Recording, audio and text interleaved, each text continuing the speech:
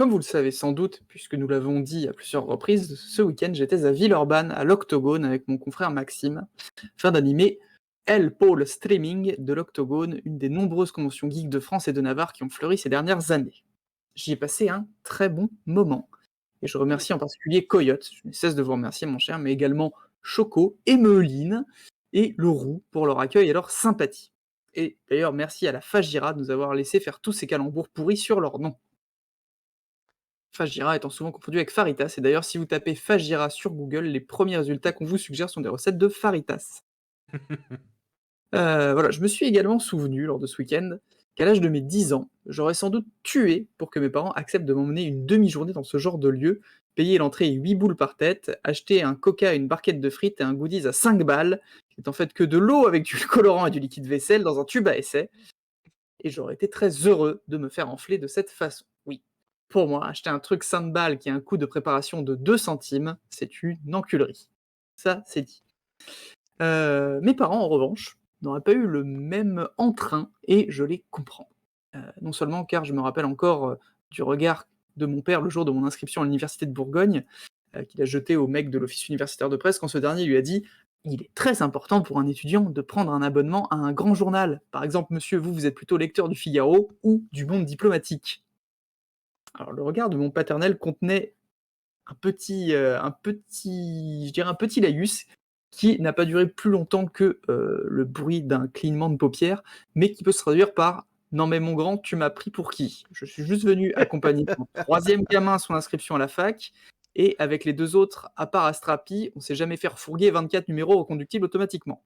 Donc ton stand, il est pas obligatoire, et si tu as décidé de me prendre de haut parce que je lis pas le Monde Diplo et que toi, le dernier livre politique que tu as ouvert, c'est Harry Potter et l'Ordre du Phénix, eh ben, je vais te faire comprendre que ton avis, je m'en bats les steaks et je vais pas dépenser un copec dans ton arnaque d'abonnement pyramidal. Allez, ciao, et si tu me cherches, je serai le mec à qui tu voudras taper 1 € pour t'acheter une gaufre au chocolat au distributeur. Voilà, je clôt la parenthèse sur l'OFUP, mais toujours est-il que mes parents n'étaient pas très enclins à se plonger dans les cultures de l'imaginaire. Libre à chacun, évidemment, mais j'avoue qu'étant très attiré par cela, et moins par la Ligue 1 de foot, eh ben, j'aurais rêvé à 10 ans de rencontrer davantage de mes pairs, PAI. Et cependant, aujourd'hui, du haut de mes 34 ans, et même il y a quelques années du haut de mes 25 ans, je n'ai pas du tout à courir à chaque convention qui pop autour de moi. D'ailleurs, heureusement que le confinement en a tué quelques-unes, sinon je pense que les graphistes professionnels se seraient regroupés en syndicats pour dire stop à ces gens qui insultent leur profession en faisant des placards fluo écrits en comics sans MS illustrés avec des photos volées ou des dessins faits par... non mais fait par Chloé, tu sais Chloé qui était en TP avec moi, bah, elle dessine bien quand même, hein. Oui, c'est elle qui a dessiné Pikachu. Non, je n'accours pas dans ce genre d'endroit pour entendre des répliques de Kaamelott récitées en boucle très fort. Ça me fatigue un peu. Et aussi que les gens disent qu'Harry Potter est le meilleur livre qu'ils aient lu à plus de 25 ans me déprime. Et que pour me décrire dans ce genre d'endroit, on utilise les adjectifs chauve, barbu et propre, en opposition à ceux qui ont juste les épithètes chauve et barbu, me fait perdre foi en la race humaine. Alors oui, il y a des gens qui ont des problèmes d'hormones, hein. Je ne dis pas que parfois les hormones font dégager une odeur naturellement musquée aux gens, hein. Mais bon, quand même, quand à travers mon masque, j'ai l'impression que ton t-shirt a servi de tablier à un mec qui fait griller 18 porcs dans une cabane à frites qui sert probablement aussi de fromagerie et de point déstockage pour les tiers pour chats, je peux te dire, mon cher, que tes hormones, elles poquent, et qu'un bon gros coup de savon, gel douche, gants de crin, ça ferait du bien à tout le monde.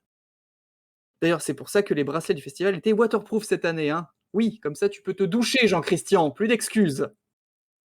Voilà, donc bien que passionné par ces univers de l'imaginaire, moi aussi, peut-être pas toujours les mêmes, mais voilà, j'ai beaucoup en commun malgré tout.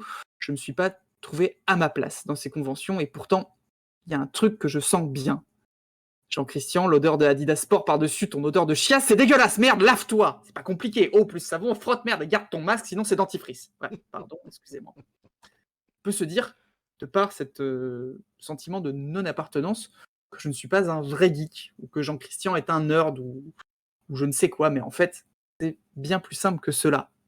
En effet, dans la foule, j'ai fini par promptement reconnaître les gens que j'apprécierais et ceux que je n'apprécierais pas.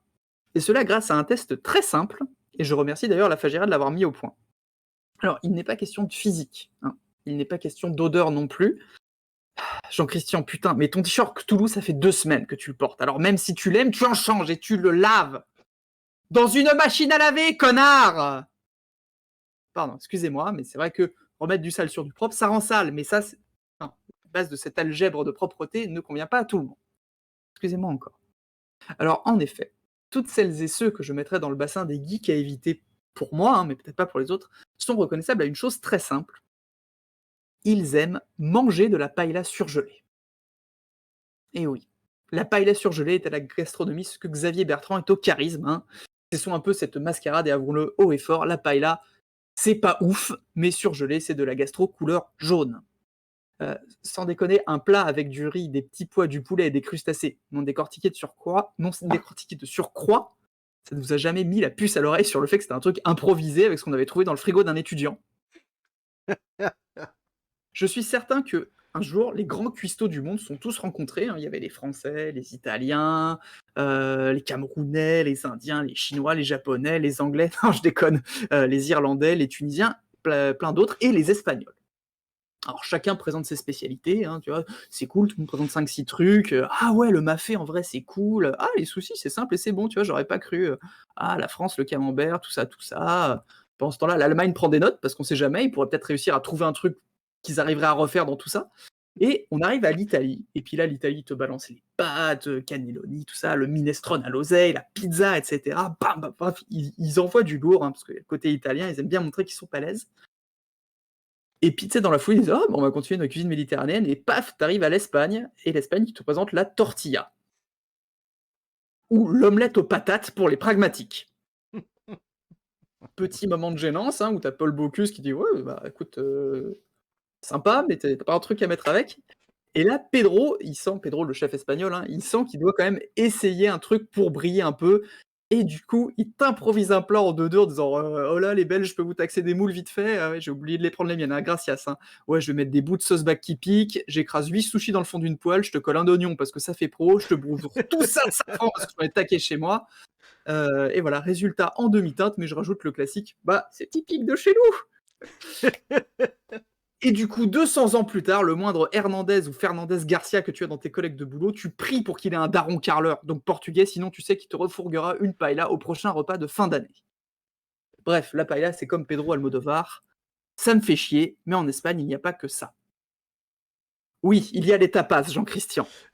Jean-Christian, ta mère, c'est pas parce que tu mets un cure-dent sur une olive ou sur un bout de kebab que c'est un tapas, alors merde. Pour conclure, le problème, c'est pas d'avoir des goûts en commun qui font qu'on va forcément bien s'entendre avec quelqu'un. Sinon, tous les supporters de foot seraient les meilleurs amis du monde. Tous les gens qui parlent chinois formeraient une nation unie et pacifique, et tous les gens qui aiment les boobs auraient voulu monter une coloc avec moi. Spoiler, ça n'est pas le cas. Voilà. Je suis aussi persuadé que ce n'est pas parce que j'ai certains goûts étranges, comme le fait d'aimer la musique lyrique ou le chant lyrique, peut me faire avoir certains amis de la haute, et ben ce n'est pas le cas non plus.